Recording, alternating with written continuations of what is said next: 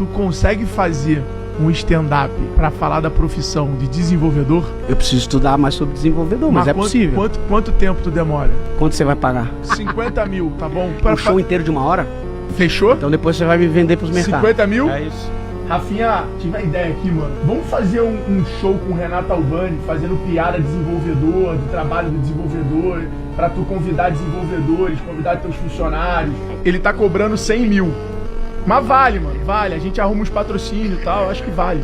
Não, eu acho que eu, sou fãzaço dele, pô. Assisto toda Então, eu acho que eu ainda desenrolo dele fazer um post da Tecla T, falando da Tecla T e tal, não sei o que lá, que é legal pra caralho. E, porra, a gente sai do show, ele vai precisar comer, a gente faz um jantar, tu convida alguns clientes.